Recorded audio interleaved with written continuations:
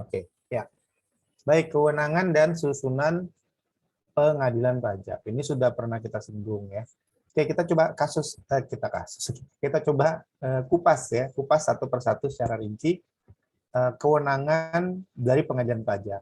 Jadi kita tahu teman-teman bahwa kewenangan yang utama gitu ya dari sebuah pengadilan, termasuk pengadilan pajak, adalah memeriksa dan memutus sengketa.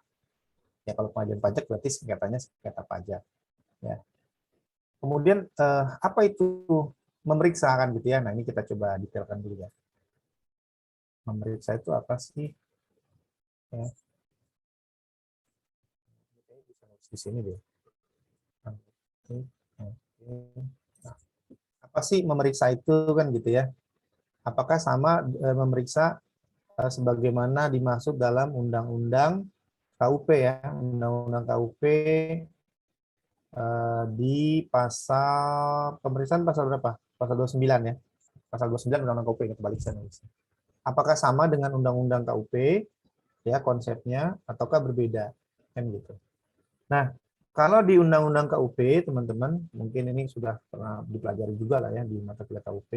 Pemeriksaan yang ada di Undang-Undang KUP ini sebetulnya memiliki persamaan dan perbedaan dengan pemeriksaan yang ada di pengadilan. Ya, kalau dari sisi persamaan sebetulnya sama-sama melakukan pemeriksaan. Apa itu memeriksa? Memeriksa itu sebetulnya sebuah kegiatan secara substansinya ya, sebuah kegiatan membandingkan. Ya, membandingkan apa yang dibandingkan? Yang dibandingkan itu dua. Yang dibandingkan itu kriteria ya versus atau dengan fakta. Ya, jadi secara umum memeriksa itu adalah kegiatan membandingkan antara kriteria dan fakta. Ini definisi apa namanya originalnya lah ya, definisi originalnya. Jadi istilah memeriksa ini bisa ada di mana-mana. Kalau di pajak ya membandingkan kriterianya itu apa? Kriterianya berarti undang-undang di bidang perpajakan kan gitu ya. Termasuk PP, PMK, PMDJN itu namanya kriteria. Sedangkan faktanya apa? Ya berarti mulai dari SPT-nya WP, mau itu SPT tahunan, SPT masa dan seterusnya. Termasuk juga laporan keuangan, dokumen, data, informasi dan lainnya. Itu faktanya. Jadi dibandingkan. Faktanya sudah sesuai belum dengan kriteria. Nah, ya itu kalau di pajak. Dan perbedaannya kalau Undang-Undang KUP pasal 29 ya definisi pemeriksaan ini nanti bertujuan atau outputnya adalah berupa ya ketetapan kan gitu ya, berupa ketetapan. Ini output ataupun produk hukum dari Undang-Undang KUP. Nah, sedangkan kalau pemeriksaan yang versinya pengadilan pajak, ya kan, pengadilan pajak nih, sebetulnya sama kegiatan memeriksa juga, ya, sama-sama memeriksa gitu, sama-sama memeriksa. Cuman bedanya nanti outputnya itu berupa putusan. Sama-sama menggunakan kriteria, sama-sama menggunakan fakta, nah, gitu ya. Itu persamaan dan perbedaannya. Jadi istilah kenapa di pengadilan kok katakannya memeriksa ya Pak? Apa sama? Ya, sebetulnya secara substansi sama, tapi secara teknis formatnya, formalitasnya gitu ya, mungkin ada perbedaan. Contohnya, kalau pemeriksaan yang ada di Undang-Undang KUP itu dilakukan oleh fungsional pemeriksa ataupun pejabat yang ditunjuk di Direktorat Jenderal Pajak terhadap wajib pajak. Kalau pemeriksaan yang ada di pengadilan pajak itu yang melakukan adalah pengadilan pajak, dalam hal ini diwakili oleh majelis hakim, hakim atau majelis hakim. Ya, siapa yang diperiksa? Yang diperiksa ada dua pihak. Siapa? Pihak yang bersengketa. Dalam hal ini DJP dan wajib pajak. Ya, DJP posisinya sebagai terbanding atau tergugat. Ya, wajib pajak posisinya sebagai pemohon banding dan penggugat. Itu sebetulnya. Jadi banyak persamaannya. Nah, terus kalau dari sisi output, ya outputnya ini berupa putusan kan gitu ya. Kalau pengadilan pajak, kalau pemeriksaan pajak tadi SKP. Ini persamaan dan perbedaannya. Kemudian kalau pemeriksaan yang dilakukan di Direktorat Jenderal Pajak atau sesuai dengan pasal 29 KUP, pemeriksaan dilakukan di dua tempat. Bisa pemeriksaan lapangan, bisa pemeriksaan kantor kan gitu ya. Pemeriksaan lapangan itu di tempatnya WP, pemeriksaan kantor di kantor DJP, baik itu KPP, Kanwil, kantor pusat maupun tempat lain yang ditetapkan oleh Dirjen Pajak gitu. Nah, kalau pengadilan itu memeriksanya di mana? Ya di pengadilan gitu. Jadi di pengadilan baik itu di ruang sidang maupun di tempat-tempat lain di kawasan kantor pengadilan pajak ya. Secara formalnya pemeriksaan itu dilakukannya di ruang sidang. Jadi pada saat itu majelis hakim atau hakim dia memeriksa pihak yang bersengketa. Dia akan mengkonfirmasikan kepada WP, ya pemohon banding, kemudian kepada DJP sebagai terbanding. Dia akan memastikan ya kriterianya seperti apa, bukti-bukti yang diajukan apa, argumentasi yang diangkat apa, ya kan? Nah, sehingga dengan demikian proses pemeriksaan ini akan berlanjut pada tahap berikutnya, yaitu memutuskan, gitu ya. Nah, sebelum kita lanjut ke memutuskan, ini saya hapus dulu. Kayaknya nggak muat, saya harus pakai whiteboard kekecilan ini. Nah, dalam sistem self assessment, nanti kita coba sambungin ya. Ini ada beberapa konsekuensi. Dalam sistem self assessment itu, konsekuensi atau implikasinya yang pertama adalah surat pemberitahuan SPT yang diajukan oleh wajib pajak itu dianggap benar. Jadi SPT-WP itu mau dia isinya berantakan gitu ya, mau dia salah nulisnya, kali-kalian tambah kurang baginya salah, isi revenue-nya salah, itu dianggap benar. Itu prinsipnya tuh dalam self-assessment. Jadi kapan dia tidak dianggap benar atau kapan dia dianggap tidak benar? Kalau SPT-nya diperiksa. Kalau SPT-nya diperiksa, kemudian dari pemeriksaan ini keluar produk hukum namanya SKP.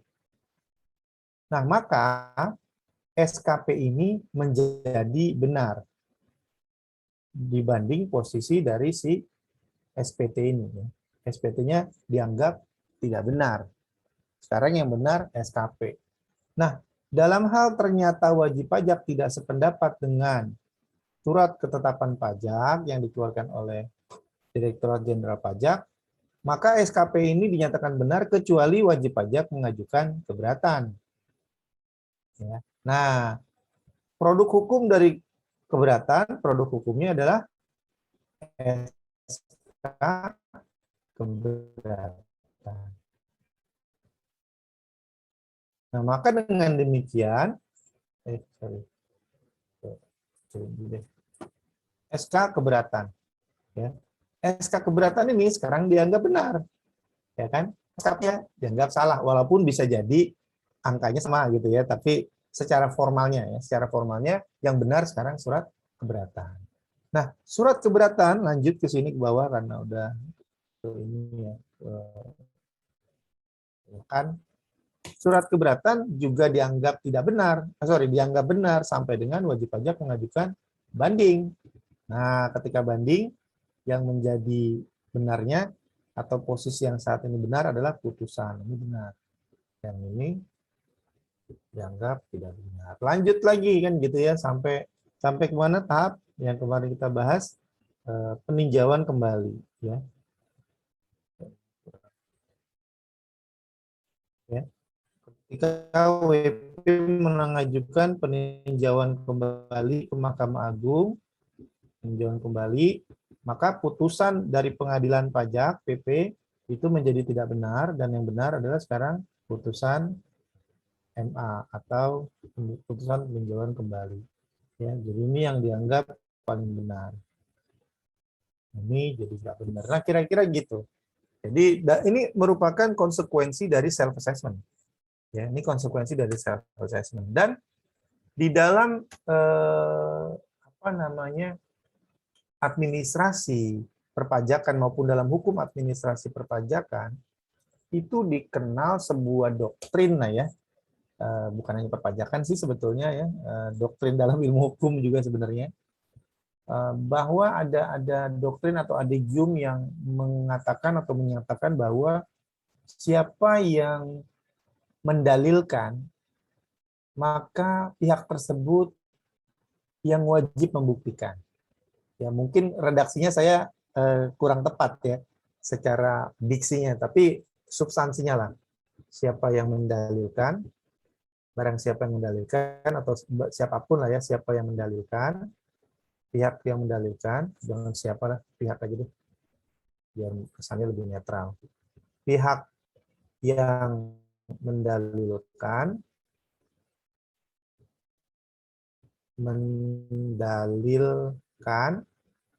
maka harus membuktikan. Nah ini, pihak yang mendalilkan, maka dia harus membuktikan. Maka pihak tersebut harus membuktikan. Misalkan, contohnya tadi kembali ke yang halaman sebelumnya. SPT nih, sebelum saya silang-silang merah. SPT ini dianggap benar. Ya, nanti kita sampai ke pengadilan juga. Ini sekarang mau kita gambarin dulu skemanya. Kemudian ketika diperiksa, kata pemeriksa, bapak atau ibu ini revenue-nya salah nih. Misalkan ya, ini contoh aja. Loh, kenapa salah? Harusnya revenue ibu bukan 100, tapi 150. Mana buktinya? Buktikan kalau 150. Nah, ini kami melakukan pengujian, kami melakukan pemeriksaan, cek dokumen, invoice, segala macam, konfirmasi ke pihak ketiga, bapak atau perusahaan ibu masih ada yang belum dilaporkan sebesar 50. Jadi sebetulnya bukan 100 omsetnya, tapi 150. Jadi yang membuktikan siapa? Yang membuktikan si pemeriksa. Ya. Jadi tadi pakai doktrin yang ini, pihak yang mendalilkan, maka pihak tersebut yang harus membuktikan. Jadi bukan kebalikannya, misalkan SPT Anda salah, ya. Terus si pemeriksa misal bilang gini, si WP-nya bilang gini, masa sih Pak saya salah? Iya. Terus si pemeriksa bilang, kalau Anda menyatakan diri Anda benar, Anda buktikan dong bahwa Anda tidak salah. Nah, itu nggak bisa kayak gitu. Ya, buktikan dong Anda tidak salah. Ya, misalkan contohnya misalkan Tika nih misalnya ya, ini contoh. Tika ngirim lembar ujian. Terus saya bilang, Tika ini kayaknya kamu ini ya nggak ngerjain sendiri ya, ditulisin ya sama ayah ya, sama Pak Zika ya, gitu kan. Enggak kok pasien nulis sendiri. Coba Tika, buktikan kalau kamu itu nggak nyontek. Itu nggak bisa. Nggak bisa kayak gitu. Jadi kalau saya mau tanda petik menuduh Tika, harus saya punya bukti. Ini loh Tika, nih buktinya nih. Nah ini tulisan ayah kamu, ini mirip banget sama tulisan kamu gitu kan. Ya kan? Enggak, ini contoh aja ya. Nah jadi juga sama gini teman-teman. Ketika WP kita periksa, ya asumsi saya semua diterima di DJP ya doanya ya. Doa saya semua terima di DJP. Anda meriksa WP, terus Anda bilang ke WP, buktikan dong Bu, kalau Ibu itu SPT-nya nggak salah, ya nggak bisa. Harus kita yang membuktikan, ya. Harus si pemeriksa membuktikan. Nah lanjut, SKP keluar. Ini kan SKP adalah produk hukum pemeriksa, ya. Kemudian WP keberatan. Nah, ketika WP keberatan yang mengajukan kan WP, wajib pajak kan yang mengajukan. Nah, maka wajib pajak yang harus membuktikan. Jadi ketika dia mengajukan keberatan ke Kanwil, dia menyampaikan kira-kira gini ya, kalau kita dramatisasi, ini SKP-nya pemeriksa itu salah. Yang benar itu SPT kami. Nah, terus kata penolak keberatan, buktikan bahwa SPT Bapak atau SPT Ibu yang benar. SKP pemeriksa salah, buktikan. Nah, gitu ya. Oke. Nah, terus keluar SK keberatan. SK keberatan keluar, WP misalkan ya.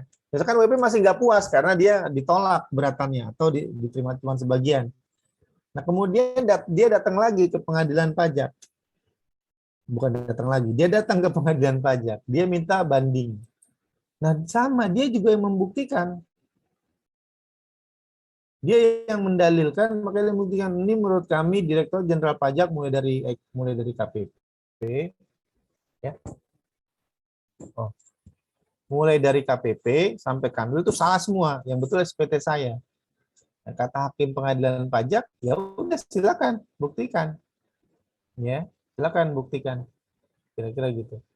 Ya buktikan bahwa mereka salah. Nah, mereka bawa apa namanya bukti-bukti, dokumen-dokumen dan sebagainya. Nah ternyata ini contohnya ya. ketika putusan pengadilan pajak keluar, misalkan DJP yang menang, DJP yang kalah deh. Sekali-kali DJP-nya kalah. DJP kalah, WP menang, maka DJP mengajukan mengajukan peninjauan kembali. DJP yang mengajukan. Nah, kata Mahkamah Agung, DJP mau mengadukan apa? Ini putusan pengadilan menurut kami tidak tepat, ya, karena kami punya buktinya. Oke, mana buktinya? Mana novumnya dan sebagainya. Jadi yang diminta itu adalah yang mendalilkan, yang diminta membuktikan atau burden of proof istilahnya, ya. Burden of proof, ini warna merah ya. Burden of proof, beban untuk membuktikan itu ada di pihak yang proof, di pihak yang mendalilkan. Yang mendalilkan tuh ini bahasa hukumnya kali ya. Kalau bahasa kitanya yang nuduh lah kira-kira gitu ya. Yang nuduh atau yang pengen punya pendapat sendiri. Jadi benar-benar di pihak yang mendalilkan. Nah, jadi ketika tadi dalam proses pengambilan keputusan tersebut nanti akan masing-masing pihak akan berargumen. Nah, ini saya gambarin lagi nih, walaupun ini udah pernah saya gambar di materi sebelumnya atau di pertemuan sebelum ini ya, sebelum UTS ya. Ini kan nih gambarnya nih kira-kira ya, ini gambarnya dari pengadilan pajak atau ruang sidang. Nah, di sini ada hakimnya 3 orang, ya kan? Mohon maaf, gambarnya begini, ini majelis hakim. Ya, di depan ini pintu masuknya, biasanya pintu masuk. Ya. Kemudian nanti di sisi sebelah kiri itu biasanya pihak pemohon banding. Ya, biasanya di sini ada kursinya disediain mejanya 2 atau 3 lah ya, tergantung. Ini pemohon banding. Pemohon banding ini WP ya kan, atau penggugat. Ya, ini kan biasanya WP, penggugat. Yang di sebelah kanan sini ini adalah biasanya kursinya disediain 2 atau 3, ini terbanding atau tergugat, ya kan, BJP. Nah, ini kayak ada bukan di sini, salah saya. Jadi nggak apa-apa. Ini agak kurang maju nih gambarnya. Bentar ya. Harus.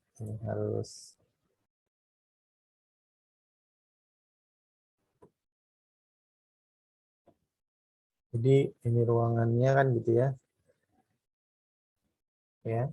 Di sini pintu masuk. Nah, di sini ada kayak batas kecil gitu ya. Ini bukan sungai ya, ini batas kecil kayak mungkin kayak pagar kecil lah, kayak kalau teman-teman melihat suka ngeliat rumah minimalis, pagar kecil lah, pendek paling setinggi lutut kita gitu ya. Di sini ada bangku untuk orang nunggu yang nggak banyak sih, kayak bangku panjang gitu atau bangku satu-satu. Di sini ada ini pintu ya, ini bangku juga deret gitu ya, ada beberapa bangku. Nah, di sini baru ada ada meja dan kursi untuk WP gitu ya. Kemudian di sini ada bangku atau kursi untuk DJP. Nah, di sini ada panitera, biasanya panitera 2 orang. Ini panitera. Nah, oke, kita sekarang melihat ke suasananya nih ya. Ini kalau nggak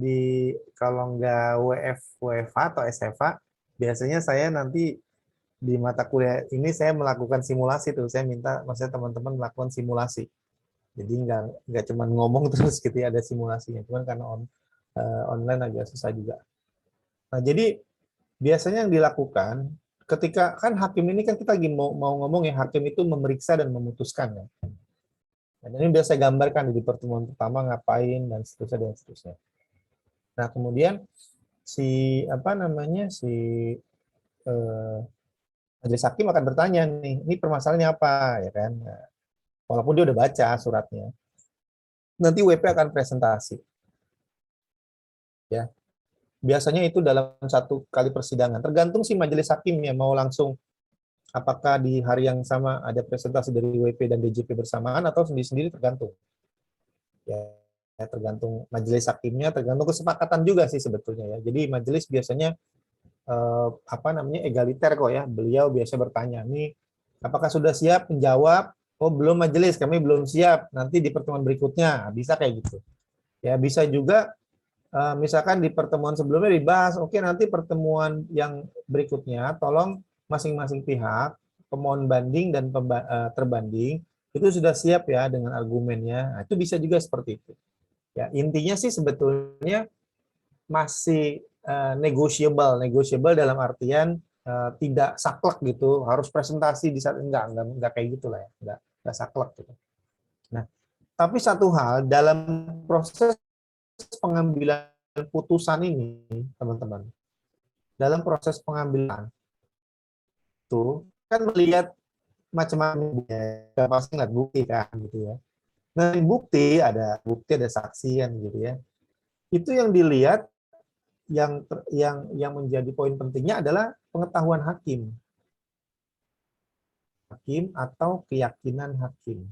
Ini menjadi poin krusial dalam pengambilan keputusan. Nah, kalau kita lihat, kita geser dulu ke halaman berikutnya.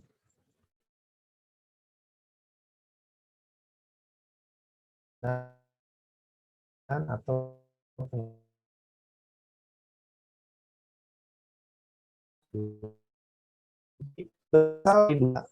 time frame. Yang pertama, pengalaman hakim di masa lalu. Nah, ya kan dia punya pengalaman sebelumnya, mungkin dia pernah kerja di pajak atau dia pernah mengalami kasus yang serupa, menangani kasus yang serupa. Pengalaman di masa lalu kan gitu ya. Yang kedua, ya. Iya, sebentar. Situasi di ruang sidang. Ini saya izin sebentar ya. Saya izin off sebentar nih. Lagi ada tukang AC ya. Mohon maaf. Sebentar.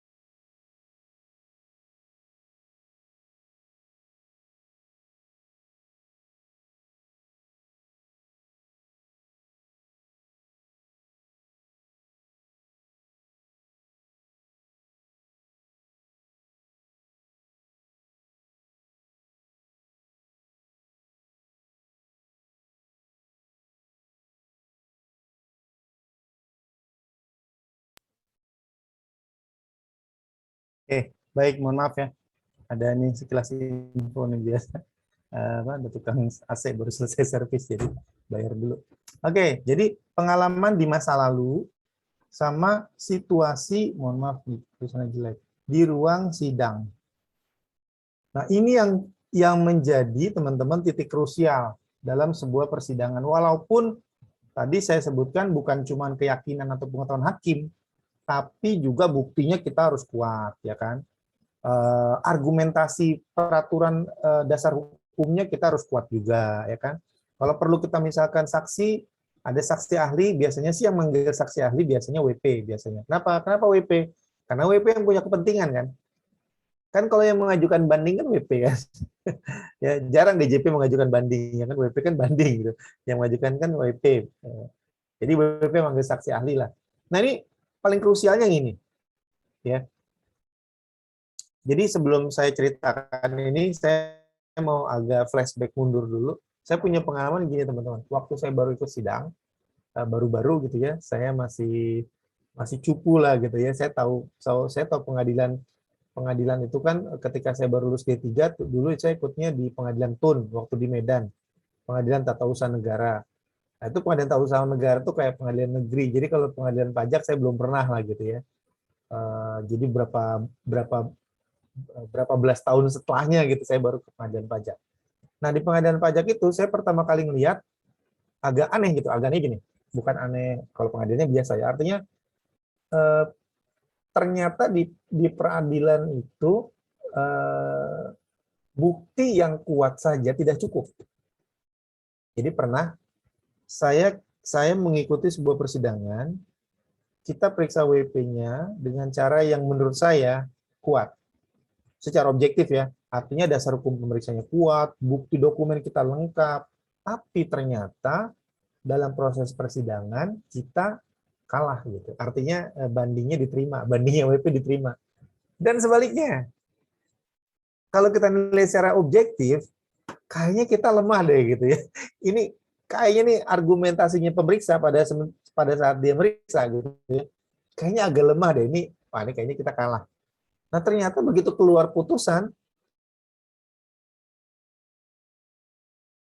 para senior yang sudah lama berkecimpung di pengadilan pajak tuh teman-teman penelah keberatan ya, senior-senior di penelah keberatan, kita tanya tuh, Mas, kok bisa beda gitu ya? Kok bisa aneh? Oh iya katanya. Jadi dia bilang, bukti saja tidak cukup. Bukti yang kuat, bukti yang lengkap, bukti yang akurat aja nggak cukup. Terus apa dong? Nah ini, kita harus bisa meyakinkan hakim. Dengan cara apa? Saya bilang, dengan cara argumentasi yang bagus, penyampaian yang bagus, penyampaian secara sistematis dan terstruktur, sehingga mampu dipahami oleh para hakim tersebut. Jadi konstruksi berpikirnya harus betul-betul runut gitu, kira-kira gitu ya. Jadi hakim ini ketika kan beliau-beliau ini kan mencerna kan, ketika kita presentasi kan mencerna. Misalkan, kenapa kok Anda melakukan koreksi terhadap penjualan? Apa dasar Anda? Oh, kami pakai, misalkan kami pakai PMK nomor sekian, pasal sekian, atau PP sekian, undang-undang, dan seterusnya lagi. Ini buktinya, dan seterusnya. Udah. Tapi kita harus mampu menjelaskannya dengan baik. Kayak orang apa ya, mungkin seperti marketing lah gitu. Marketing ya, teman-teman pernah ngeliat kan, zaman sebelum pandemi kalau kita ke mall kan, semua produk bagus kan, kalau versinya marketing ya. Ya enggak? Ini yang bagus yang mana? Oh, ini bagus, Pak. Ini bagus. Kalau yang ini, wah ini juga bagus, Pak. Jadi yang bagus yang mana? Dua-duanya bagus, Pak. Kan gitu kan. Saya pilih yang A aja deh. Ah ya, Pak. A itu memang paling bagus. Nah, gitu. Tapi kalau kita bilang, saya pilih B ya. A, B itu paling bagus. Itu marketing. Jadi kita harus bisa seperti marketing ya, mohon maaf. Walaupun bukti kita nggak bagus, kalau packaging kita bagus, mampu meyakinkan hakim, kita bisa menang. Tapi bukan berarti terus kita menganggap, oh berarti hakimnya nggak pinter. Enggak, bukan seperti itu. Artinya meyakinkan itu kan teman-teman nggak mudah. Ya nggak? Meyakinkan itu nggak mudah. Ya, apa namanya, saya pernah dulu punya dosen waktu di Jepang, itu pinter banget. Pinter banget. Ya, ya kan lulusan Harvard, pokoknya S1-nya di Stanford gitu ya, pokoknya ya pinter banget lah gitu ya. Tapi pas beliau ngajar, saya nggak ngerti gitu ya. Saya udah bolak-balik, saya udah fokus nggak ngerti karena ngomongnya dia orang Amerika gitu ya. Ngomongnya kayak kumur-kumur gitu menurut kita ya. Lalu bagaimana gitu ya, harus ngomong apa sih? Mana mata kuliahnya yang saya nggak suka, gimana and banking kan ngomongin inflasi, isunya kan grafik semua gitu ya. Waduh, gawat.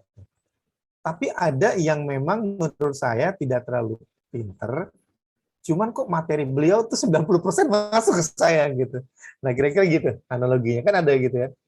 Nah, sama hakim juga sebetulnya butuh orang yang mampu menjelaskan sehingga bisa ditangkap dengan mudah oleh beliau gitu. Nah, di DJP ini orang pinter tuh nggak kekurangan, nggak kurang kita. Bu, ya rata-rata kan alumni STAN. Kalaupun bukan alumni STAN, misalkan penerimaan sarjana kan juga seleksinya ketat, gitu ya. Di Kementerian Keuangan ini apa-apa tuh bukan ribet, ketat gitu. Mau jadi mahasiswa kan sekarang nih ribetnya minta ampun ya kan. Udah jadi mahasiswa ribetnya minta ampun ya kan. Maksudnya bukan ribet ya. Ikut ini, tes itu kan kayaknya ini gitu ya, kompleks sekali.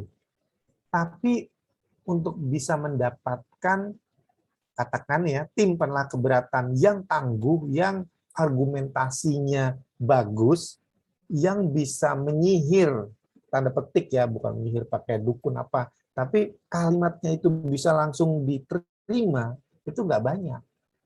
Salah satu yang bagus yang saya tahu itu ada namanya Pak Edo. Nama lengkapnya Edward Tamonangan Sianipar.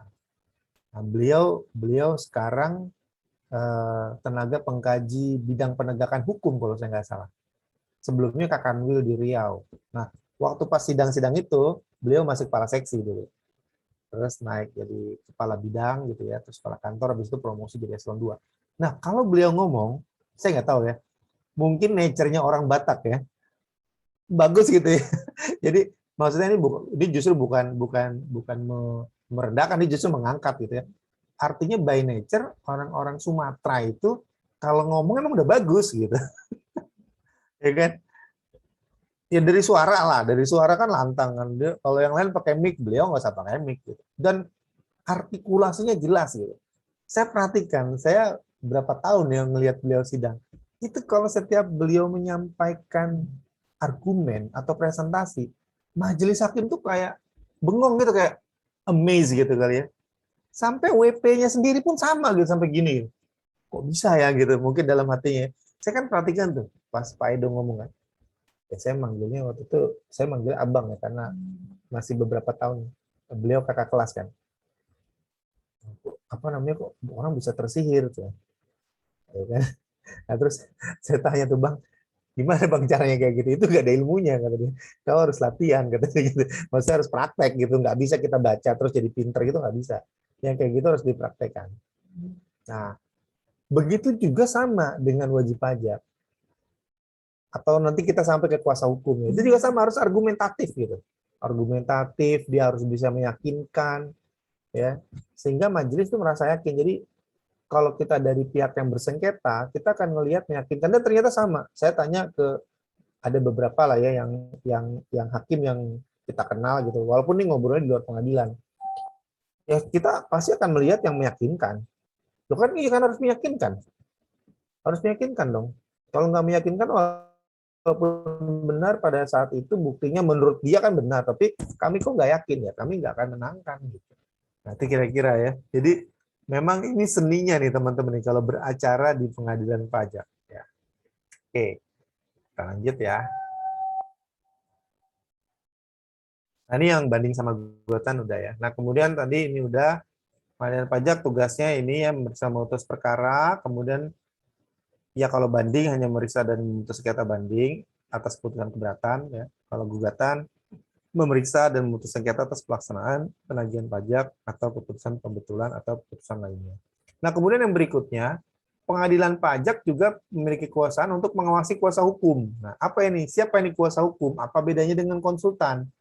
Di pertemuan yang lalu gitu ya, saya kalau nggak salah pernah menjelaskan bedanya kuasa hukum sama konsultan pajak atau konsultan. Kuasa hukum pajak sama konsultan. Tapi nggak apa-apa, kita ingat lagi. Yang pertama, kalau kuasa hukum pajak maksudnya ya, sama konsultan. Ini konsultan bismillah. Konsultan pajak. Yang pertama, areal ataupun ruang lingkup dari kuasa hukum pajak ini areanya di pengadilan, litigasi, atau di pengadilan pajak. Ya. Tempatnya di dalam pengadilan ini. Kalau konsultan pajak, ini di luar litigasi, non-litigasi. Non-litigasi. Ya. Jadi misalkan wajib pajak mau melakukan perencanaan pajak, tax planning. Nah, itu dia datangnya bukan ke kuasa hukum pajak, tapi ke konsultan. Kemudian yang berikutnya apa? Kalau menjadi konsultan pajak, dia syaratnya ini yang pertama tadi ya, ini karakteristiknya. Kalau konsultan pajak dia harus lulus USKP, ujian sertifikasi konsultan pajak yang diselenggarakan oleh Ikatan Konsultan Pajak Indonesia. Nanti ada levelingnya tuh. USKP itu ada level A, ada level B, ada level C. A ini kalau kita sudah lulus USKP A, kita bisa menjadi konsultan untuk wajib pajak orang pribadi. Kalau B badan, kalau C badan asing ya dalam pembukuan dolar atau berbahasa Inggris. Ya, jadi nggak bisa langsung C. Kalau ujian, kalau USKP harus dari A dulu. A, B, dan C. Itu ujiannya susah. Kok tahu susah, Pak? Saya pernah ikut waktu saya masih di DJP. Bapak mau jadi konsultan? Enggak, saya penasaran aja. Karena kata orang susah. Dan ternyata ketika saya meriksa WP atau kita ketemu WP, biasanya WP itu nganggep, orang pajak belum tentu lulus USKP gitu ya. Kalau dia tahu kita udah pernah lulus USKP, dia biasanya akan lebih apa ya, bukan jiper ya, istilahnya lebih respect gitu. Saya udah lulus ujian USKP.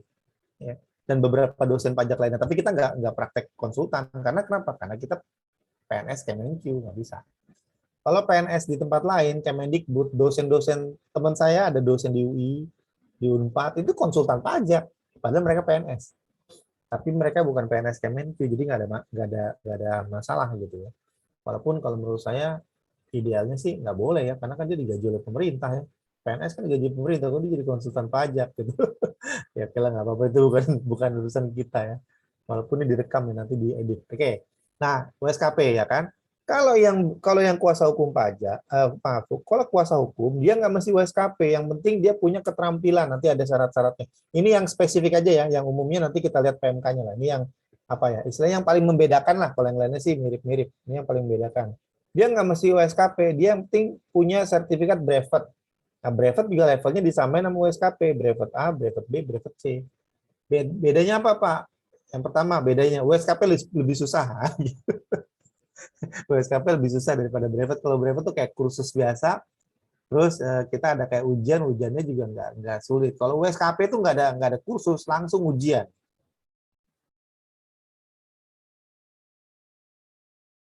Menjamin kita lulus ujian, nggak menjamin. Ya.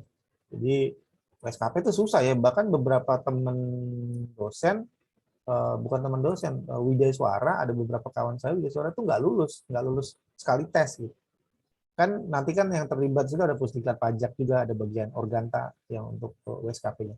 Nah nanti izinnya kalau udah lulus USKP mengurus izin prakteknya ke bagian Organta kantor pusat DJP. Kalau brevet A, ini ya udah asal brevet A udah selesai, nanti izinnya kemana? Izinnya dari pengadilan pajak. Kalau konsultan pajak izinnya ke DJP. Izin dikeluarkan atau diterapkan dari kantor pusat DJP. Nah, ini bedanya. Sebetulnya yang paling mencoloknya yang inilah kira-kira gitu. Pak, terus bisa nggak Pak kalau saya nih Pak, orang nih, ya ada pertanyaan nih. Saya bisa nggak Pak kalau saya konsultan bisa jadi kuasa hukum juga nggak bisa? Bisa jadi dua-duanya sepanjang Anda memenuhi syarat dua-duanya gitu. Ya. Karena ada yang kuasa hukum dia nggak bisa jadi konsultan. Contohnya, ada teman saya, ada juga di kelas, resign dari DJP, ya kan, orang pasti bertanya-tanya, ngapain sih resign dari DJP Pak, orang kita jauh masuk DJP, ya kan. Kan masalahnya ketika kita bekerja kita nggak tahu passion kita di mana. Teman-teman kan masih mahasiswa, jadi belum tahu passionnya.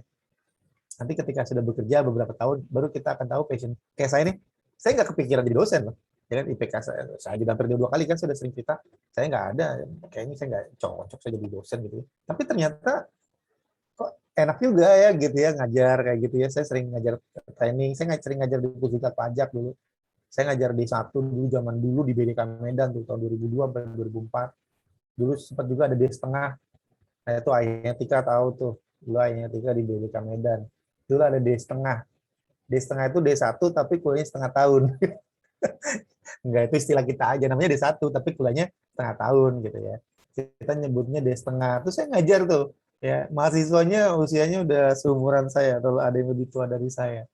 Nah, jadi baru saya punya passion ngajar kayaknya enak gitu. Akhirnya pas ada pembukaan dosen ya saya daftar. Jadi kita kan nggak pernah tahu ya. Jangan-jangan teman-teman nanti 10 tahun lagi ada jadi dosen kan. Lumayan kan. Masa lumayan menggantikan kami yang udah pada senior-senior ya. Mungkin yang di atas saya kan udah banyak yang udah senior kan butuh regenerasi dan sebagainya. Oke, kembali ke sini. Jadi boleh-boleh aja seseorang jadi kuasa hukum. Tadi teman saya resign, kemudian dia karena resignnya waktu itu bukan kabur, tapi nggak nunggu SK pemberhentian dari menteri. Nah, ketika dia udah ujian USKP, kemudian dia datang ke Organta mau ngurus izin konsultan pajak. Terus kata Organta, oh Bapak dulu ini ya, kan ada datanya kan namanya kan. Ya, namanya, iya, nama saya ini gitu ya.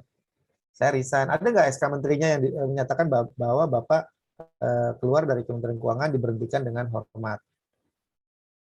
Ya nggak ada, karena waktu itu saya nggak nunggu SK menteri, saya udah langsung mundur aja gitu. Waktu itu beliau kerja di swasta dulu, di perusahaan gitu ya, di salah satu perusahaan tambang. Jadi nggak langsung jadi konsultan, kerja di perusahaan dulu jadi tax manager. Nah itu nggak bisa. Sampai sekarang dia nggak punya izin konsultan, tapi dia bisa jadi kuasa hukum pajak. Paham ya? Dan sebaliknya, ada yang kuasa hukum pajak. Tadi kan ada yang kuasa hukum pajak nggak bisa jadi konsultan. Sekarang ada yang konsultan nggak bisa menjadi kuasa hukum pajak. Ya tergantung juga sih ya. Misalkan kalau dia udah lulus USKP sih sebetulnya dia ya pasti lulus brevet lah, itu nggak mungkin ya.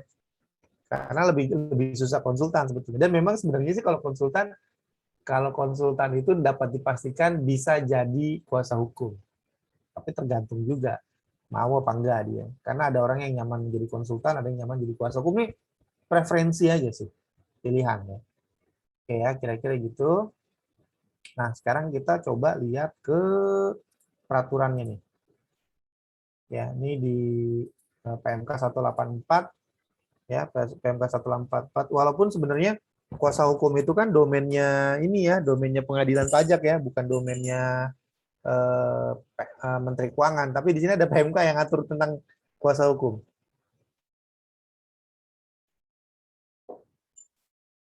Mohon maaf ya, saya minum kopi terus karena jam segini. Saya tuh ngantuk banget sebetulnya. Jam ngantuk saya tuh jam 2 sampai jam 3. Pas ya, jadi makanya saya harus minum kopi terus, kalau nanti saya tidur bahaya nanti. Direkam pula nih. Nah, syarat jadi kuasa hukum. Ya, ada syarat umum, ada syarat khusus nih kalau menurut PMK ini. Kayaknya udah pernah kita singgung. Pertama yang umum nih biasa lah ya. Dia harus WNI kan gitu loh. Iya harus WNI. Kuasa hukum harus WNI. Banyak perusahaan teman-teman yang dari luar negeri datang ke sini karena mereka tahu Indonesia marketnya besar. Bahkan mereka bukan WNI, Pak. Bisa. Caranya gimana? Mereka hire pegawai yang WNI, kan? Kerja untuk mereka gitu. Tapi perusahaan konsultan dari luar banyak tuh.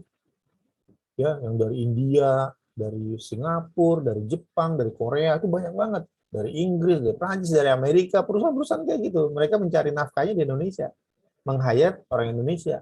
Nanti orang Indonesia yang turun. Kemudian punya pengetahuan yang luas dan keahlian tentang peraturan perundang-undangan di bidang pajak ya, dan bea cukai ya kalau nggak salah ya. Ya, perpajakan termasuk bea cukai sih sebetulnya. Kemudian pengetahuan yang luas tersebut ini indikatornya adalah dia sarjana atau diploma 4 bidang administrasi fiskal. Ini biasanya S1 UI ya, administrasi fiskal di bawah Fakultas Ilmu Administrasi, akuntansi atau perpajakan atau kepabeanan dan cukai. Tapi D4 bea cukai kan nggak ada. Belum keluar, udah sempat dibikin sama jurusan bea cukai tapi izinnya belum keluar. Dan kayaknya nggak akan keluar karena udah ada D4 yang baru. Kemudian ijazah D4 atau S1 dari perguruan tinggi yang terakreditasi selain bidang tersebut. Dan dia dilengkapi dengan salah satu bukti ijazah D3 pajak atau D3 bea cukai. Jadi contohnya ada alumni D3 pajak misalkan ya, resign terus dia ngelanjutin S1-nya ilmu komunikasi. Kan ilmu komunikasi nggak ada di sini, ya kan? Nah, tetap boleh dia jadi kuasa hukum karena dia D3-nya D3 pajak atau D3-nya bea cukai. Kan banyak yang kayak gitu. Ya. Saya nggak mau ngambil ini, saya mau ngambil yang aneh-aneh. Ada tuh dosen adik kelas saya, dia D3-nya STAN, S1-nya ngambilnya ilmu apa ya? Saya lupa ya, komunikasi atau sosiologi gitu. Apalah saya juga lupa. Ya, enggak pokoknya bukan ekonomi akuntansi lah, bukan akuntansi fiskal. Ngambilnya yang beda. Nah, ini tetap bisa dia kalau mau jadi kuasa hukum. Ya. Nah, kemudian ini yang saya bilang brevet perpajakan, dia punya brevet perpajakan atau punya sertifikat keahlian kepabeanan. Ya, walaupun brevet pajak yang ngajar juga orang-orang DJP atau alumni DJP. Sertifikat kalian Bea Cukai juga sama, yang bikin biasanya alumni BC, biasanya, dan yang pada umumnya juga dari alumni STAN. Kemudian surat atau dokumen yang menunjukkan pernah bekerja pada instansi pemerintah. Nah, jadi ini atau ya syaratnya ya. Jadi bisa ini, bisa ini, bisa ini. Ini kan atau. Jadi kalau misalkan Pak saya S1-nya komunikasi, saya D1 perpajakan, tapi saya pernah kerja di DJP, ya jadi bisa karena atau. Ya, ini atau. Ya. Saya D1 bukan D3 pajak atau bukan D3 BC, saya D1 BC. Tapi saya pernah kerja di BC, saya satunya Pak komunikasi atau apa. Bisa. Ya, karena ini syaratnya syarat alternatif pilihan. Kemudian syarat khusus punya nomor pokok, ini biasa yang standar ya, menyampaikan SPT, punya surat keterangan kepolisian dan seterusnya. Nah, memiliki izin kuasa hukum ini menurut PMK. Nah, kemudian kalau menurut pengadilan pajak sendiri, syarat-syaratnya sebetulnya nggak jauh beda, teman-teman. Sebetulnya nggak jauh beda, ya, nggak jauh beda dengan PMK tadi. Ya, jadi permohonannya itu izin kuasa, cuma bedanya di sini. Dibedakan, izin kuasa itu dibedakan antara perpajakan sama kepabeanan dan cukai. Kalau di PMK kan nggak diatur, ya. Kalau di pengadilan pajak, di peraturan ketua pengadilan pajak itu diatur. Jadi kuasa hukum itu bisa dua, mau pajak atau bidang BC. Ya. Nah, kalau mengurus izin kuasa menyampaikan permohonan, apa aja yang dilampirkan kan gitu ya, daftar riwayat hidup. Ini biasalah kayak gini ya, kartu tanda penduduk, fotokopi ijazah, fotokopi dokumen yang menunjukkan bahwa yang bersangkutan punya pengetahuan yang luas. Ini mirip kayak PMK. Ya. Lulusan D4 apa segala macam ini mirip kan. Ini tadi kalimatnya sama. Fotokopi NPWP, fotokopi bukti tanda penyampaian SPT tahunan, surat keterangan catatan kepolisian, pas foto, tidak berstatus sebagai PNS. Nah, ini ada kalimat surat pernyataan tidak berstatus sebagai PNS. Jadi kalau kuasa hukum nggak boleh dia PNS. Kuasa hukum pajak maksudnya. Bagaimana dengan konsultan pajak? Tadi yang saya bilang, konsultan pajak itu boleh PNS, kecuali PNS Kemenq. PNS Kemenq nggak boleh, PNS Kemendikbud bisa jadi konsultan pajak. Ya, tadi saya cerita, teman-teman saya yang dosen UI, dosen Unpad yang negeri ya, kalau swasta kan memang dia nggak ada masalah. Kalau kampus swasta, kalau PNS ini yang kita inginkan. Membuat fakta integritas, kemudian kalau pernah jadi hakim juga boleh nih. Dia sebelumnya hakim, terus masa jabatannya kan habis, kan hakim itu 5 tahun. Bisa diperpanjang 5 tahun jadi 10 tahun ya. Misalnya selesai masa pengabdian sebagai hakim, kemudian dia berhenti karena usianya memang sudah habis, berhenti jadi PNS, maksudnya pensiun. Nah, dia boleh nih, tapi nunggu dulu 2 tahun. Ya. Nah, sih kata-kata 2 tahunnya, lupa saya.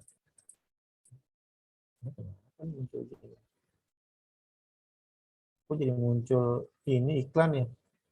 Nia Ramadhani, artinya apa sih? Sebentar.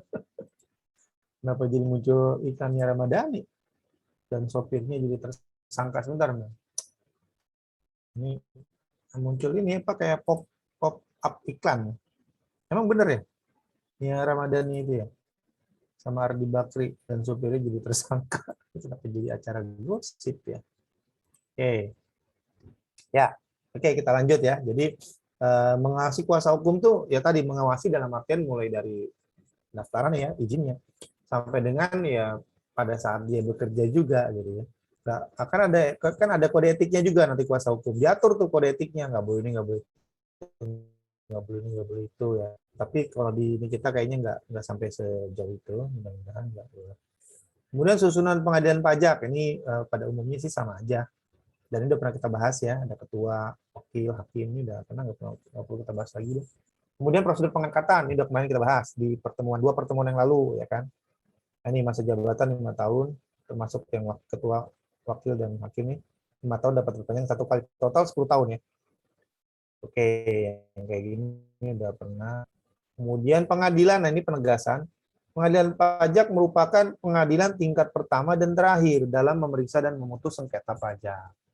Nah, ini struktur pengadilan pajak. Sebenarnya strukturnya kurang nih, jadi harusnya ada tetap ada ini ya, ada ketua nih di sininya nih. Jadi ya, tadi gambarnya gimana ya? Ya ketua lah, ketua pengadilan. Nanti membawahi ini gitu. Harusnya di atasnya ya, salah. Harusnya nggak ada tempat lagi di atasnya. Banyak gini-gini. Nah, di sini deh ketua. Nah, ini ketua, ada wakil ketua pengadilan maksudnya, ketua pengadilan, wakil pengadilan, baru sekretaris. Nanti di bawah ketua sama ini di sini ada hakim. Hakim itu di sini posisinya. Nah, yang sekretaris teman-teman yang di sini ini membawahi kerjaan-kerjaan administratif. Jadi teman-teman yang kakak kelas Anda, saya lupa berapa tahun di atas Anda itu masih ada yang penempatan di pengadilan pajak tuh. Ada beberapa orang. Nah, itu biasanya mereka ditempatkan di sini nih, biasanya ya, nggak selalu sini. Sekretaris pengganti ini menarik. Kenapa? Karena mereka nanti akan ikut sidang di ruang sidangnya. Ini ilmunya banyak banget nih. Ini 5 tahun aja dia ikut sidang banding, itu lebih pintar dari saya jamin ya. Kalau dia beneran ngikutin maksudnya gitu ya. Beneran menyimak, kemudian belajar, itu bisa pintar tuh. 5 tahun aja di sidang di pengadilan pajak tuh pintar. Ya. Saya banyak ngelihat kok ya konsultan-konsultan pajak yang masih seumuran Anda semua tuh, umur-umur 21, 22 tuh masih kayak cupu gitu ya. 3-5 tahun tau-tau udah manajer. Kalau di swasta tuh cepet banget. Jadi manajer tuh umur-umur 25 tuh udah manajer. Kita kalau di pemerintahan umur 25 masih pelaksana ya. Kalau di swasta memang cepet. Ini bukan saya mau ini ya, bukan memprovokasi ya. Cuma nyuruh aja. Enggak nyuruh. Oke, lanjut. Enggak lah. Ya, menjadi pegawai negeri ASN itu kan abdi negara, itu pilihannya kan. Pilihan yang teman-teman tetapkan ya. Oke, nanti tergantung passion. Lanjut. Oke, udah habis. Nah, ada yang mau ditanyakan? Kalau nggak ada yang mau ditanyakan, saya mau ada materi pengayaan. Tapi saya lihat ini dulu bentar. Kontekannya mana?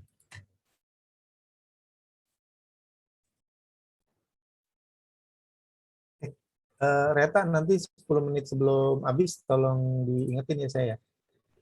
Baik, Pak. Ya. Nah, tadi yang kelas pagi itu saya lupa diingetinnya 2 menit sebelumnya tuh. Jadi akhirnya saya nggak ngisi gitu, saya terlambat tuh. Bukan nggak ngisi sih ngisi, tapi di situ tulisannya ini terlambat ya. Karena lupa sebetulnya. Yes. Oke, kita coba ngelihat teman-teman. Ini materi pengayaan nggak ada di RPS ya. Ini nggak ada di RPS. Ini cuma pengayaan aja lah. Istilahnya kayak studi banding lah, studi banding. Walaupun sebenarnya nggak sebanding juga, nggak apa-apa. Ini kita mau ngelihat apa namanya pengadilan ataupun bagaimana pengadilan pajak yang ada di Amerika. Pak, kejauhan Pak. Iya, saya tahu. Makanya kan ini nggak sebanding. Ini hanya sekedar studi banding kecil-kecilan. Gitu ya. Kalau kita bandingkan dengan misalkan websitenya pengadilan pajak, ya pengadilan pajak. Nah, pengadilan pajak ya. Dia set PP ya. Pengadilan pajak. Ya, error ya.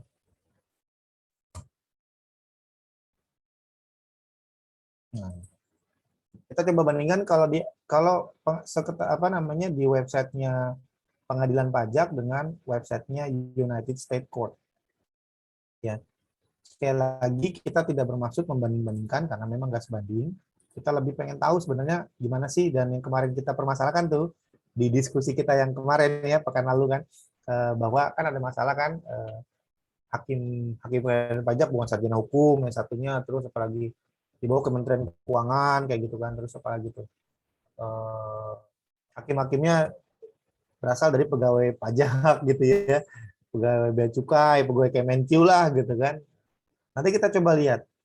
Ya ini tampilannya nih kalau di pengadilan pajak ya, ada profil, publikasi ini termasuk yang putusan banding ya, ininya apa namanya, rangkumannya, resume, layanan statistik hubungi kami kan gitu ya. Oke, ini berita-berita aja nih, berita-berita. Nah, kalau kita lihat di United States Court, nah ini kalau ngelihat dari tampilan gini aja, ini udah jauh lebih informatif sebetulnya. Ini kalau kita buka gini doang, ini banyak banget isinya tuh. Ada orders opinion, e-filing case maintenance ya. Banyak. Nah, ini berita-berita sama nih, kayak pengadilan pajak juga sama. Sekarang kita lihat tentang pengadilan. Apa sih misi dari pengadilan pajak di Amerika, dan kita coba bandingkan gitu ya. Kita coba bandingkan. Ini kalau saya lagi nge-zoom, mohon maaf teman-teman, suka agak lama nih internetnya. Nggak tahu yang lama itu komputernya yang lemot, atau internetnya, atau yang penggunanya yang lemot. Nah, ini saya pikir nggak jauh beda lah ya. Coba kita lihat sini, mission statement. The mission of the U.S. Tax Court is to provide a national forum for the expeditious resolution of disputes between taxpayers and the Internal Revenue Service. Ini kantor pajak Amerika ya, IRS, kantor pajak Amerika. For careful consideration of the merit of each case and to ensure a uniform interpretation of the IRS Code. IRS Code ini kalau di kita undang-undang pajak, kan? The court is committed to providing taxpayers, most of whom are self-represented. Coba lihat nih, saya garis bawahi. Kalau yang depannya mah sama aja lah, itu pasaran, ya kan. Kalau kita lihat di sini teman-teman, dia menyebutkan bahwa pengadilan itu berkomitmen memberikan layanan kepada pegawai pajak, pada wajib pajak yang pada umumnya atau kebanyakan itu self represented. Dia nggak pakai konsultan, dia nggak pakai kuasa hukum, dia sendiri. Itu ngurus sendiri, gitu. Ya, with a reasonable opportunity to appear before the court with as little inconvenience and expense as is practicable. Terus lanjut. The court is also committed to providing an accessible judicial forum with simplified procedure for dispute involving 50.000 US dollar or less. Jadi untuk kasus sengketa yang kurang dari 50.000 dolar, 50.000 itu berapa ya? Kalau sekarang anggaplah 15.000, berarti berapa? 150 juta ya? Lebih kurang 750 juta lah ya. 50.000 dikali 100 dikali 10.000 kan 500 juta. Berarti sekitar 750 juta ya. Ya, benar ya. Kalau sengketanya kira-kira di bawah 750 juta rupiah, itu di sini ada kata-kata simplified procedure. Jadi dia bikin pengklasifikasian gitu. Dia di atas 50.000 yang normal, di bawah 50.000 itu yang simple. Ya. Dan di sini disebutnya judicial forum. Judicial forum itu menguji. Ya, mungkin nanti ada, kalau di kita mungkin semacam jadinya kayak hakim tunggal kayak semacam itu. Tapi di kita nggak ada, di pengadilan pajak nggak ada yang ketentuan kayak gini. Kalau kurang dari segini, nggak, lebih sederhana gitu ya. Setahu saya threshold ini yang semacam ini setahu saya nggak ada, setahu saya. Ya mungkin saya salah, tapi setahu saya nggak ada. Terus di sini kita lihat lagi historinya. Ini story, ada buku yang dibikin oleh Profesor Harold. Saya udah baca nih, 900-an halaman. Bapak udah baca semua Pak? Udah, judulnya doang. Ya. 900-an halaman, banyak banget sejarahnya dari tahun 18, dari tahun 1800-an mereka udah dari sistem peradilan. Kita masih zaman Kisanak, kau mau kemana kan gitu ya. 18 tahun 1924 itu jadi tax court. 1924 kita masih apa tuh ya. Sumpah Pemuda belum ya kan, 1928. 1924 dia udah ada sidang pengadilan, udah ada pengadilan pajak. Nah, kemudian judge. Nah, di sini ada yang unik. Judge ini, the tax court is composed of 19 presidentially appointed members. Jadi judge itu dipilih oleh presiden, sama ya, ditunjuk oleh presiden, sama kayak kita ya. Ini sama ya. Di sini ada 19, coba nanti kita hitung. Karena di sini ada informasi hakimnya. Trial session are conducted and other work of the court is performed by those judges. Kok kayak Indonesian Idol ya. Hi judges gitu ya. Ada judges, kemudian ada senior judges, sama apalagi yang terakhir ketutupan special trial judges. Jadi ada 3 tuh. Nah, kita di Indonesia ada nggak? Kita di Indonesia ada nggak pembagian tadi? Judges, senior judges, sama special trial judges? Nggak ada. Kita judges aja, hakim aja. Kalaupun posisinya hakim ketua, hakim anggota itu cuman jabatan di situ, tapi nggak diklasifikasikan gitu. Kalau di sana 3, ya. Kemudian although the court is physically located in Washington, sama kayak kita di ibu kota negara, jadi lokasi pengadilan adanya di ibu kota di Washington, tapi hakim travel nationwide to conduct trials in various designated place of trial. Jadi hakim bisa sidang di state yang lain, di negara bagian yang lain, yang sama kayak kita, cuman kita kan hanya baru beberapa ya, Surabaya dan Medan kalau saya tidak salah. Kalau di sana ya bisa kemana-mana gitu, 50 negara bagian ya, kalau memang diperlukan si judges ini bisa berkeliling di sana. Nah ini dari sisi apa namanya hakim sejarahnya. Kemudian coba kita lihat judges-nya. Ya. Oh, kok nggak ada Anang Hermansyah ya? Oke, beda. Nggak ada Anang Hermansyah. Nah, ini kalau kita lihat ya, ini judges-nya nih. Maurice B. Foley, ini chief judge. Ini ada senior judge. Jadi ada 3 klasifikasi teman-teman. Judges, senior judges, sama special trial judges. Coba kita lihat satu-satu. Saya lebih senang melihat dari yang bawah aja lah ya. Coba kita lihat bawah. Nah, ini biografinya. Judge, ya nama Christian N. Weiler.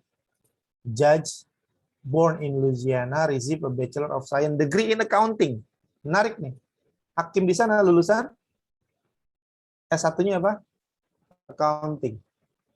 Di diskusi kita yang lalu, di pekan pertemuan yang lalu, kita bicara bahwa ada yang mempermasalahkan hakim pajak S1-nya bukan ilmu hukum. Di Amerika S1-nya accounting. Walaupun dia ngambil JD ini S3 ilmu hukum, singkatannya Juris Doctor, ini S3 ilmu hukum from Loyola University, sama masternya Laws in Taxation, S2, S3-nya hukum, tapi S1-nya akuntansi. Itu nggak ada masalah. Ya, nggak ada masalah. Jadi, kalau misalkan mempermasalahkan, kenapa kok pengadilan pajak di Indonesia, hakimnya satunya bukan hukum sih, pendidikannya malah akuntan. Ya, nggak masalah. Di Amerika juga sama. Terus, tapi lihat sini.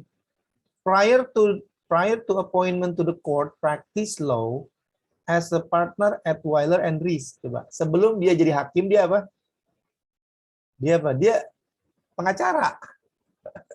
Dia pengacara ini, practice law. Practice law itu pengacara. At Weiler and Rees in New Orleans, ya kan? And was a board certified tax law specialist, bla bla bla. Oke. Tapi lihat, ternyata teman-teman sebelum jadi hakim dia dulunya ya sebagai advokat lagi gitu ya. Nah ini yang di kita nggak bisa, di Indonesia nggak bisa, ya. Di Indonesia mesti PNS, ya itu udah pernah kita bahas kan di pertemuan lalu kenapa harus PNS dan sebagainya. Nah ini dari yang judges. Ini biasa. Ini kepalanya. Ini satu-satu aja ya. Senior judges, coba siapa nih? Kita lihat ya. Tadi sudah perempuan. Coba Michael B. Thornton. Coba kita cek. Nah, senior judges born in Mississippi.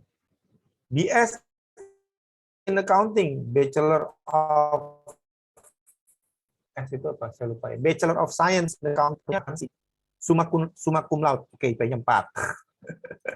Summa cum laude IP-nya 4. MS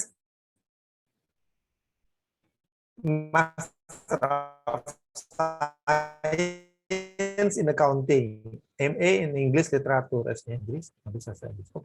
Kemudian JD, S3-nya hukum di Duke University. Oke, ini bla bla bla pendidikannya. Nah, sebelumnya serve as law clerk to Honorable Charles Clark, Chief Judge U.S. Court of Appeals for the Fifth Circuit tahun 83 sampai 84.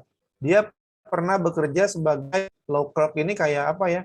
Kayak mungkin staf semacam di ini kali ya, di pengadilan tinggi lah kalau mungkin kalau di kita ya. Ya entah dia sebagai hakimnya atau sebagai apa. Kemudian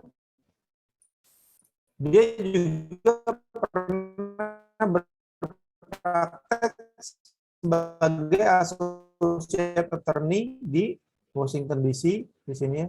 associate gitu kali ya, semacam itu. Saya nggak terlalu paham juga jabatan di sana. Oke.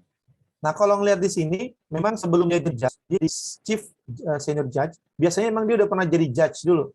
Ya, di sini kan reappointed lagi nih oleh Obama sebagai judge lagi, kemudian 2001 continue perform senior judge. Intinya kalau senior judge, dia sudah pernah malang melintang sebelumnya sebagai hakim. Nah, biasanya dia ini senior judge, bedanya dengan judge, teman-teman. Kalau di Amerika di dalam US apa namanya tax court system, mereka biasanya merecall. Merecall itu apa ya? Kalau yang kasus-kasus yang umum itu yang meriksa dan memutus judges, hakim yang biasa. Nah, kalau senior judges ini merecall itu apa ya istilahnya? Memeriksa kembali lah gitu, kayak semacam apa ya, mereview. Biasanya untuk kasus-kasus yang memang pelik gitu, kasus-kasus yang istilahnya susah gitu ya, kompleks lah gitu ya, kompleks. Nah, senior judge turun. Nah, yang berikutnya jenis hakim yang ketiga ini special trial judge, ya, special trial judge. Coba kita lihat nih, coba Dayana. Special trial judge, born in New York, 1972, masih muda. Oke, satu makna BA nggak jelas dari mana BA-nya ini, apa nggak tahu. Oke, ini S2-nya taxation LLM, hukum. Admitted to connecting bar. Bar ini kayak bukan bar tempat orang minum atau apa ya. Bar ini ya kalau di kita mungkin rutan kali ya. Rutan ya, rumah tahanan ya. Ya, rutan lah semacam itulah ya bar itu ya. Ya, dia orang pengadilan ya. Dia orang PNS lah gitu kalau di kita. Ya, dia orang PNS background-nya. Juga kerja di Department of Revenue, oke. Ya, ini dia PNS nih. Tapi kalau kita lihat yang lain coba. Kalau si Louis apa nih? Louis. Sebelum jadi special judge dia apa? Law clerk New Jersey Superior Court Judge. Oh, ini orang pengadilan juga nih. Dia PNS juga. Coba yang lain, penasaran. Ini trial attorney, United States Tax Court, law clerk. Oke, ini bahkan nih pernah di swasta juga nih. Ini kantor advokat swasta nih. Deputy General Counsel, variatif nih si Daniel J. Guy. Kemudian tadi oke, ini pendidikan, hukum ya. Bla bla bla, mana kerjaannya nih? Oh, dia pernah kerja kalau di kita apa ya? Kalau di kita nih LBH, Lembaga Bantuan Hukum, Pro Bono Program. Pernah dengar ya LBH ya, Lembaga Bantuan Hukum. Nah, dia pernah di semacam LBH-nya berarti. Nah, dia pernah juga di Internal Revenue Service. Pernah di kantor pajak. Dia pernah di kantor pajak. Ya. Dia pernah di kantor pajak. Kemudian macam-macam.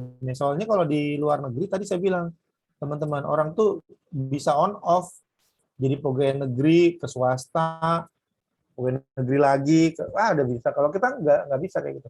Nah, special trial judge ini mungkin lebih bersifat apa namanya, yang sifatnya mungkin kasuistik kali ya. Kalau di senior judge itu biasanya dia merecall kasus-kasus yang mungkin kompleks gitu ya. Kalau special trial judge ini yang spesifik, saya juga nggak tahu nih apa ya. Saya juga nggak terlalu tahu yang special trial. Tapi yang pasti di sana ada 3 jenis atau 3 klasifikasi dari hakim kan gitu ya. Nah, kemudian yang menarik di sini satu lagi, di sini memberikan guidance for petitioners. Tadi petitioner itu teman-teman adalah WP yang ngurus sengketanya sendiri, disebutnya petitioners. Istilahnya petitioner. Jadi kalau kita nggak punya duit, kita WP nih, kita nggak punya duit, kita bisa turun sendiri. Dan di sana dikasih guidance-nya.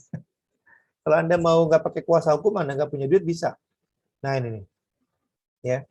Introduction, about the court, starting a case, before trial. Apa yang harus kita siapkan di sana lengkap. Masing-masing ada penjelasan detailnya. Ya. Apa sih yang perlu saya lakukan starting a case? Gimana starting a case? Nah, ini banyak nih Q&A-nya nih, tuh banyak banget. Banyak banget. Ya. Jadi ketika wajib pajak di sana, teman-teman, mereka mau mengajukan banding lah kalau di kita, karena di sana nggak ada keberatan, habis SKP langsung banding. Bagaimana saya memulai kasusnya? Nah, Anda harus mengisi dulu nih, ya, permintaan untuk memulai bla bla bla, ya kan. Kemudian syaratnya a party who files a petition in response to an IRS notice of deficiency. Ini kalau di kita SKP kurang bayar. IRS notice of deficiency. Deficiency itu kan kurang. Notice itu kayak ketetapan lah. Kalau di kita SKPKB lah kira-kira gitu ya. Ya walaupun di sana namanya saya nggak tahu istilahnya di apa karena bahasa Inggrisnya IRS notice of deficiency. Kalau di kita SKPKB. Kemudian notice of determination mungkin semacam itu. Intinya SKP semua nih. Ya. For notice certificate is called deposition atau notice of certification mungkin semacam STP mungkin. Semacam surat tagihan pajak. Oke, jadi yang dikumpulin. Siapa yang bisa mengajukan petition kepada pengadilan pajak? Nah ini, orang yang punya ini. Orang yang udah dikasih SKP lah, kira-kira gitu ya. Orang yang udah di SKP atau di STP, semacam itu. Nah, ini kayak gini nih. Gimana kalau saya mau mendapatkan bantuan hukum? Ada klinik, ya. Ada klinik kayak semacam LBH juga, semacam LBH, Lembaga Bantuan Hukum Pajak. Ya. You may want to contact one of the clinics in your geographic area. The taxpayer advocate of the IRS has a more extensive clinic list available on the IRS website. Jadi di sana kantor pajaknya nyediain klinik. Klinik, bukan klinik buat berobat. Klinik bagi WP yang mau mengajukan banding. Di kita nggak ada. Di kita adanya klinik pelayanan. Ya kan? Misalkan Reta mau lapor SPT, ya kan, telepon ke call center DJP kan ya. Ya, kemudian Rohma mau tanya tentang bagaimana kalau saya mengajukan misalkan tax amnesty ya, pas dulu ada tax amnesty. Kita kan klinik buat pelayanan, tapi klinik buat WP yang mau banding itu nggak ada, DJP nggak ada. Mereka punya di websitenya ada. Jadi kayak semacam jasa konsultan gratis semacam itu, tapi bukan konsultan. Artinya klinik, misalnya saya mau mengajukan ini nih formulirnya apa itu dibutuhin gitu. Jadi IRS itu saya lihat hebatnya, mereka memajaki orang, tapi mereka juga melayani atau memfasilitasi kalau si WP-nya tersebut pengen mengajukan upaya hukum, difasilitasi. Ya. Nah, itu kerennya IRS. Ya kan? Nah, ini banyak banget pertanyaan nih, saya nggak mungkin bahas satu persatu. Ya. Hampir saya bahas lah, ini banyak banget. Kemudian pada saat sidang, apa yang harus disiapkan pada saat sidang?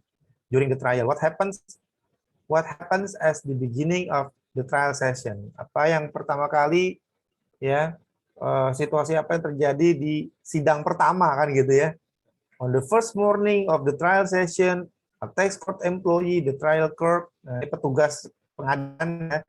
Nah, kalau di kita apa sih namanya panitra ya kan, panitra ya. Istilahnya panitranya, staffnya, itu akan mengumumkan nama, will announce the name of each case. Nah, namanya sebut nih, that hasn't been settled, yang belum terdaftar. This process is known as a calendar day. Be sure to arrive in court the time to attend the calendar day. Jadi sebutin, kasus apa nih? Namanya Ferry Irawan, oke, ya. Kapan? Sebutin namanya. Oke, bla bla bla. Di sini ada detail banget. Hari pertama kita ngapain, kalau ada orang manggil kita kemana, kita berbuat apa, tuh detail banget gitu. Nah di kita yang belum ada nih, kayaknya ini menarik kalau misalkan pengadilan pajak studi banding lah gitu ya buat pelayanan kepada WP ya, termasuk juga DJP juga, mungkin DJP bisa niru tuh yang tadi tuh bikin klinik tadi ya, bukan klinik kesehatan ya, klinik untuk membantu WP. Saya kira itu adalah salah satu bentuk pelayanan negara kepada rakyatnya ya kan, kira itu. Di sini ada siapa yang mewakili IRS kan gitu kan, an attorney who works for the office of chief counsel of the IRS will represent. Kalau di kita penelak keberatan. Kalau di kita nih, makanya penelak keberatan itu dia attorney sebetulnya. Itu pengacaranya DJP ya, namanya penelak keberatan.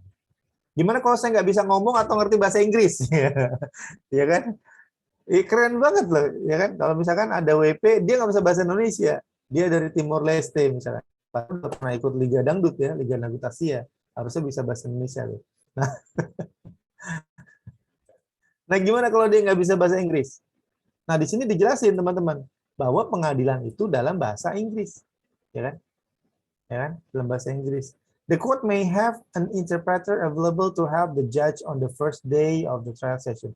You should let the judge and the IRS know as early as possible that you will require help with English. Sometimes the IRS will also have someone who can help. Jadi orang DJP-nya itu ngebantuin gitu. Ya. Jadi suasananya gini teman-teman, ketika mereka sidang di pengadilan di Amerika itu, IRS itu kan termasuk kantor pajak yang paling strict ya di dunia ya, paling strict loh di dunia tuh. Istilahnya ke kolong langit manapun saya kejar kamu, kayak gitu kan ya, kalau kamu punya penghasilan sepanjang dia warga negara Amerika. Tapi begitu si mengajukan ke pengadilan pajak, sama dia tetap dilayanin. Ya bisa bahasa Inggris, oke, nanti kita interpreter yang orang DJP yang bisa bahasa Inggris. Cari tuh humas, biasanya jago-jago kan bahasa asingnya kan. Dulu di DJP tuh ada tuh apa namanya klub bahasa kalau bahasa Inggris tuh udah biasa ya, ada bahasa Jepang, ada Perancis, macam-macam tuh. Tahu sekarang saya nggak tahu deh, nggak pernah dengar lagi saya. Jadi itu untuk interpreter seandainya ada kayak gini. Jadi walaupun pengadilan pajak terpisah sama kantor pajaknya, tapi DJP-nya ngebantuin, IRS-nya ngebantuin. Sometimes the IRS will also have someone who can help. Keren banget nih kalau saya. Pelayanannya ya luar biasa. Oke, bla bla bla. Ini saya kira ya ini menjadi aja. Kemudian during the trial tadi udah, after trial, setelah persidangan ngapain? What happens after I finish my trial? The judge may direct the filing of post-trial brief. Jadi dikirimin tuh. Ya, dikirimin nanti suratnya, bisa juga ada penjelasan secara lisan atau ada surat pernyataan dan seterusnya. Ya, kemudian when will the judge decide my case? When will I find out whether I've won or lost my case? There is no fixed time, nggak ada waktunya di sini, jelasin nggak ada waktunya. Ya. The judge might issue an oral opinion. Ini disebut putusan. Putusan itu diucapkan. Kalau di Indonesia ini namanya diucapkan. Hakim mengucapkan putusan. Dan memang dalam sebuah putusan hakim, putusan pengadilan, yang terpenting itu diucapkannya. Karena pada saat itu ya sudah berlaku pada saat hakim mengucapkan. Ya. Nah, ini disebutin di sini. Intinya gitu. Does the tax court issue different type of opinion? Putusannya apa aja, macam-macam, ada bench opinion, ya, bla bla bla, ada summary opinion, ada tax court opinion of memorandum opinion. Ini dari sisi ininya ya, apa namanya, ini omongan, ini summary-nya, ini yang lengkapnya, kira-kira versi gitu. Kemudian apakah WP pernah menang kan gitu? Yes, dijawab. Jadi ada harapan gitu kalau kita ngurus sendiri, yes ya, ada yang menang. Tapi kadang juga DJP yang menang kan di sini, IRS kadang-kadang menang juga kan gitu. Ya, jadi ya menurut saya Q&A ini sangat transparan banget ya, sangat terbuka gitu. Itu yang saya salut juga nih. Keren juga bisa kayak gini, kalau pengadilan pajak bisa kayak gini, keren juga menurut saya. Oke. Nah, saya kira demikian teman-teman diskusi kita pada siang sampai menjelang sore hari ini. Kalau ada pertanyaan, saya persilakan. Mungkin ada yang mau ditanyakan.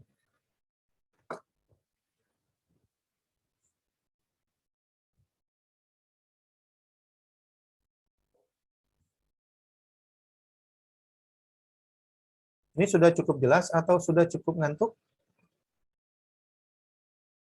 Ya. Kayaknya harus dikasih penugasan ya biar aktif kayaknya ya. Kayaknya lebih senang dikasih tugas deh. Oh enggak. Nah. Oke, nggak apa-apa. Kalau nggak ada yang mau ditanyakan, saya cukupkan aja. Nggak masalah sih ya. Maksudnya nggak mesti ini. Pekan depan nanti baru mungkin kita ada penugasan lagi untuk kelompok. Ada? Nggak ada? Mana nih yang biasa nanya? Ya nggak apa-apa sih, nggak mesti paksakan. Juan. Biasanya Juan nanya nih. Paling rajin nih Juan. Iya, Pak. Oke. Ya kalau nggak nanya juga nggak apa-apa sih Juan. Sudah cukup jelas? Nggak ada, Pak. Nggak ada ya. Jelas, Pak. Jelas. Ya baik. Ya baik teman-teman semuanya ya. saya kira kita cukupkan saja, nggak apa-apa. Diskusi kita nggak mesti ada yang bertanya. Mohon maaf apabila ada kesalahan kata, ya, sikap ataupun perbuatan yang kurang berkenan, ya, saya mohon dimaafkan. Tetap ikuti anjuran pemerintah, ya, dan yang terpenting tetap berdoa, ya, serta optimis. Semoga kita tetap sehat semua. Selamat sore, selamat beraktivitas atau beristirahat. Wassalamualaikum warahmatullahi wabarakatuh. Waalaikumsalam warahmatullahi wabarakatuh. Terima kasih, Terima Pak. kasih banyak, Pak. Terima kasih semua. Ya, sehat selalu ya semuanya. Pak, mohon maaf. Untuk Fabrianka ada ST Disnatalis hari ini. Oh iya, iya. Nah, makanya saya anggap hadir. Tadi udah WA Febrian. Ya, makasih ya Reta ya. Baik teman-teman, saya tutup Terima kasih, ya. Pak. Ya.